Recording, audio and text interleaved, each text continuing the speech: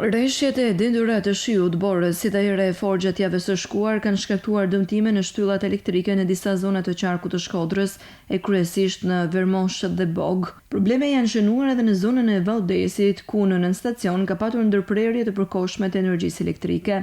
Pas avari vetëm në 2 pika që janë avarit serioze në Vermosh dhe në Bog.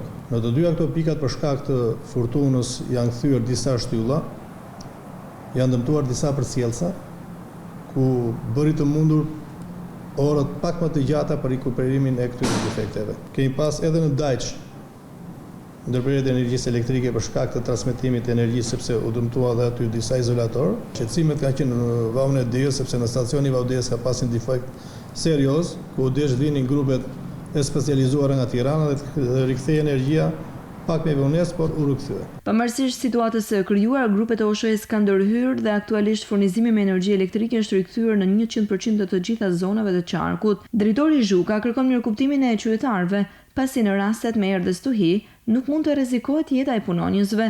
I gjithë territori i rajonit Shkodrës është i mbuluar me energji elektrike në 100%. Në disa momente të caktuara, kur ka furtuna të mëdha apo kur ka rreshje, detyrohemi që të bëjmë des takime profilaktike. Pra duhet na mirëkuptojnë njerëzit në momente që kemi një defekt apo një tel të kputur në tokë, ne s'mund të vazhdojmë të bëjmë punën tonë, sepse rrezikojmë jetë njerëzish. Autoritetet bëjnë me dije se situata do të vijojë të monitorohet nga afër dhe grupet e terrenit janë në gatishmëri për çdo emergjencë të mundshme që mund të shkaktohet nga kushtet e paqëndrueshme të motit.